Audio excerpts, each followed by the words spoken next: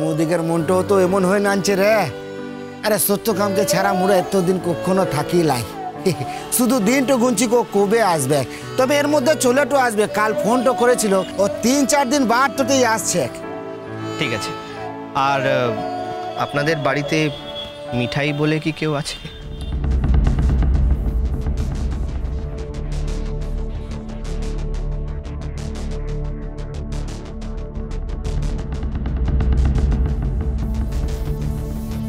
বাপ মোর বহু মিঠাই ও ছিলাকে নদীর পার থেকে মোর মরদ নিয়ে এসেছিল মানুষ করার লিগে, মানুষ হয়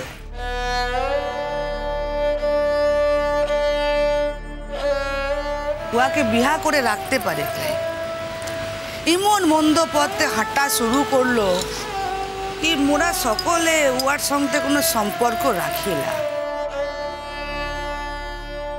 কিন্তু মিঠাই বিটিয়া একটু দিনের লিগেও বলে লাই কি ও বাপের ঘরতে যাবে, ই তো লক্ষ্মী মিয়া আনছে। ই তো পড়ালেখা জানা মিয়া, মোদিগের কুড়ে ঘরতে কত অভাব, কত কিছু তার ভিতরতে পড়ে আনছে। কি করে আনছে আমি বুঝি না। আরে বাবু, ও শুধু লিজে ইচ্ছা লিখা পড়া জেনেছে তা নয়, মুদিকের কেউ শিখাইছে। মোরা এখন মুদের লামটাও লিখতেও পারি। হিরে বাবু, মুরা এখন না খুব সহজভাবে বাংলাটা পড়তে পারি, সবে মিঠাই বোনের লিগে।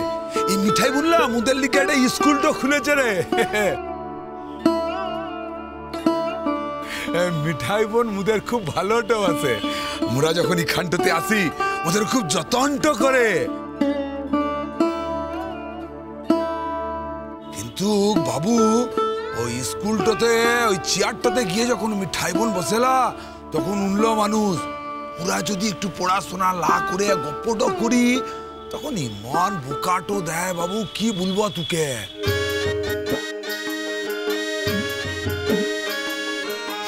বাবা, আপনি তো দেখছি খুব কড়া টিচার। আমি দিবাকর ঘোষ। নমস্কার, মিঠাই আমার ডাক নাম, ভালো নাম Suranjan. Nice to meet you. Same year. আচ্ছা, আপনি একবার সময় পেলে আমার অফিসে আসতে পারবেন? আমি? কোনো আপত্তি আছে? না না, আমি সে কথা বলিনি। মানে আপনি তো বললেন যে আপনি আমাদের বাড়িতে আসবেন, তো যদি আপনার কিছু বলার থাকে আপনি আমাকে এখানেই বলতে পারেন। ছিলা আর অফিসে যেতে বলছে, তোর অসুবিধা কি আনছে বিটিয়া? আরে মিঠাই বোন, আরে মুরা তোকে লিয়েটে যাব, ওর অফিসটা দেখতে তো খুব একলাই। ই দিবাকর বাবু, তোর ঘরটাতে মুদিকে ঢুকতে তো দিবি তো?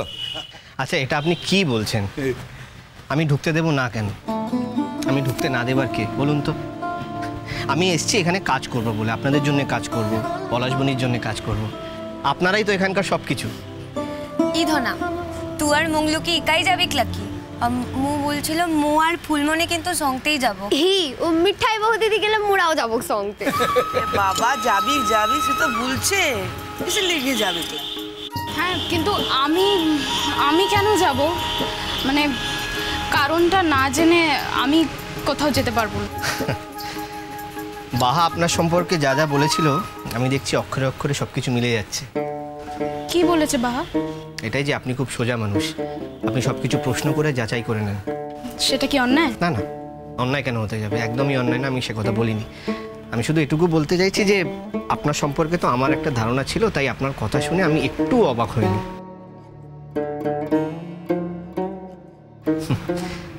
দেখুন, আমি তো এখানে একটা কাজের জন্য এসেছি, আর এই কাজের জন্য আমাকে কিছু লোক নিয়োগ করতে হবে। আর কাজটা পার্মানেন্ট নয়, টেম্পোরারি, পরে হয়তো পার্মানেন্ট হতেও পারে। তাই আপনার চাকরির ব্যাপারেই আপনাকে অফিসে আসতে বলেছিলাম আমি।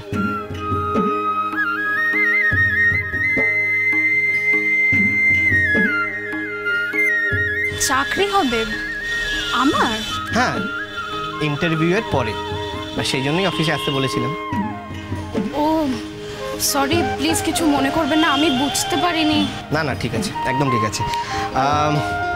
আমি তাহলে একটু এগোই। হ্যাঁ, আমাকে গ্রামটা ঘুরে দেখতে হবে, আপনারা হেল্প করবেন তো? এ দেখো বাবু কি বলছে দেখো। আরে তুকে এখন মোরা গাঁটও দিখাইনব। সুধায় জিতে দিবকলা আরে মোদিকের ঘরে টুকদো ডাল ভাত আনছে, সেটা খাবি বাপ? মা, উনি তো ডাল ভাত খান না। আচ্ছা, আমার ফুড হ্যাবিট সম্পর্কে তো আপনার ধারণা থাকার কথা নয়। না না না, মানে ঠিক আছে, আপনি এই কথাটা বললেন, আর প্লিজ বলবেন না। আমি আপনার কাছেই ডাল ভাত খেয়ে যাব। একটু গ্রামটা ঘুরে আসি। মোর ঘরতে তো ডাল ভাত খাবে? হ্যাঁ, বাহা যেই খাবার খেয়ে বড় হয়েছে, আমি মাঝে মাঝে সেটা খেতে পারবো না? আমি আপনার কাছেই খাবো এবং খুব আনন্দে খাবো। আসছি। চল কে রে বাবু, তোকে দিখাই গাঁটু। ও আগে নদীর পাট্টতে দিখাই। আয়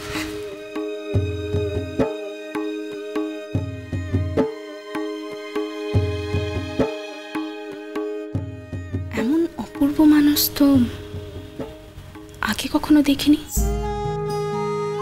এতক্ষণ দাঁড়িয়েছিল, জায়গাটা যেন আলো আলো হয়েছিল। আর কি সহজ সরল, অথচ কি দৃঢ় সোজা, আলোর মতোই যেন। আজ সকালে কার মুখ থেকে উঠেছিলাম যে এমন একজন মানুষের সঙ্গে দেখা হলো আমার।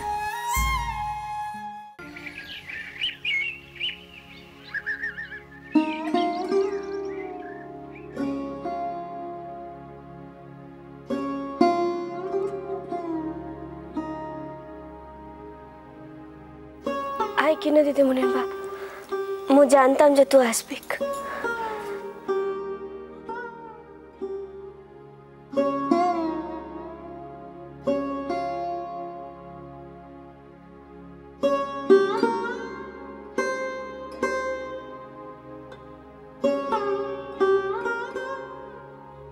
যে ক্ষতি হয়ে গেল দিব্যবাবু, তা তো আর পূরণ হবার নয়। তবে একটা কথা ভেবে আমার ভালো লাগছে যে কমলিকা যে কাজের সঙ্গে নিজেকে জড়াতে চেয়েছে, সেটা একটা খুব বড় কাজ।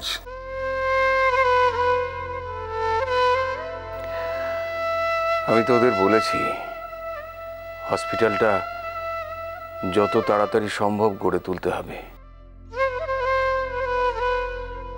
আর এই হসপিটালের কাজটা শেষ করতে যে টাকা লাগবে সেই টাকাটা আমি দিতে চাই।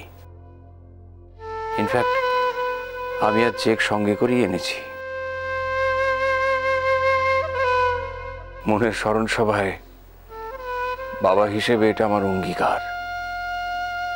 আমার মেয়েকে স্মরণ করার এটাই সবচেয়ে বড় মাধ্যম দাদা।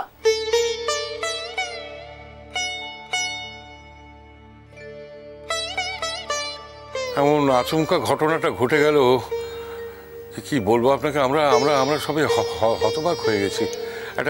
একটা ভালো মেয়ে বাড়ি থেকে বেরিয়ে গেল, আর তারপর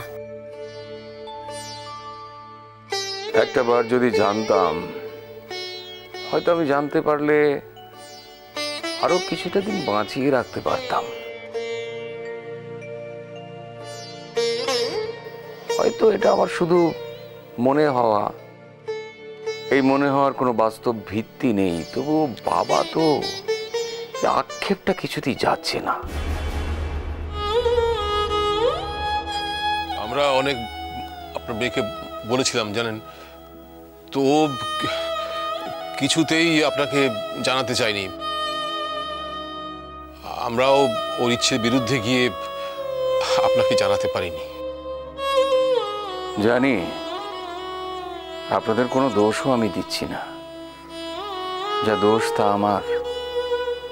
আমি এমন একজন বাবা যে বাবাকে আমার মেয়ে তার চরম অসুস্থতার খবরটাও দিতে চায়নি।